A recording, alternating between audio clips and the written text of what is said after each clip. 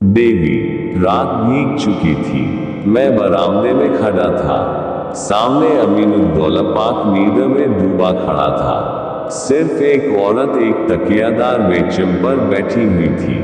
पाक के बाहर सड़क के किनारे एक फकीर खड़ा राहगीरों को दुआएं दे रहा था।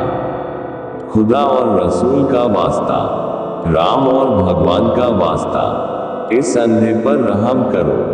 सड़क पर मोटरों और सवारियों का तांता बंद हो चुका था। इक्के दुक्के आदमी नजर आ जाते थे।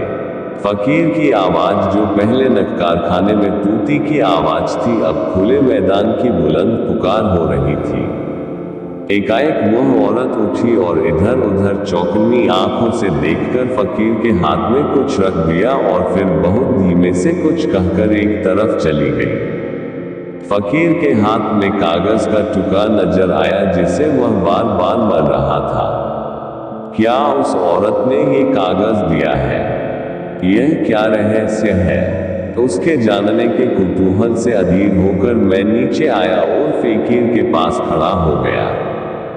मेरी आहट पाते ही फकीर ने उस कागज के पुर्जे को 2 उंगलियों से दबाकर मुझे दिखाया और पूछा, बाबा देखो यह क्या चीज है? मैंने देखा 10 रुपये का नोट था। बोला 10 रुपये का नोट है, कहाँ पाया? फकीर ने नोट को अपनी झोली में रखते हुए कहा, कोई खुदा की बंदी दे गई है। मैंने और कुछ ने कहा। उस औरत की तरफ दौड़ा जो अब अंधेरे में बस एक सपना बनकर रह गई थी। वह कई गलियों में होती हुई एक टूटे फूटे गिरे पड़े मकान के दरवाजे पर रुकी, ताला खोला और अंदर चली गई। रात को कुछ पूछना ठीक न समझकर मैं लौट आया। रात भर मेरा जी उसी तरफ लगा रहा। एकदम तड़के मैं फिर उस गली में जा पहुंचा।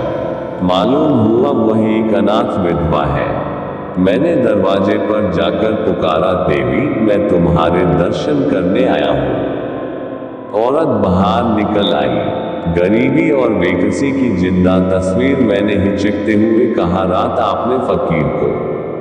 देवी ने बात काटते हुए कहा, अजी वह क्या बात थी?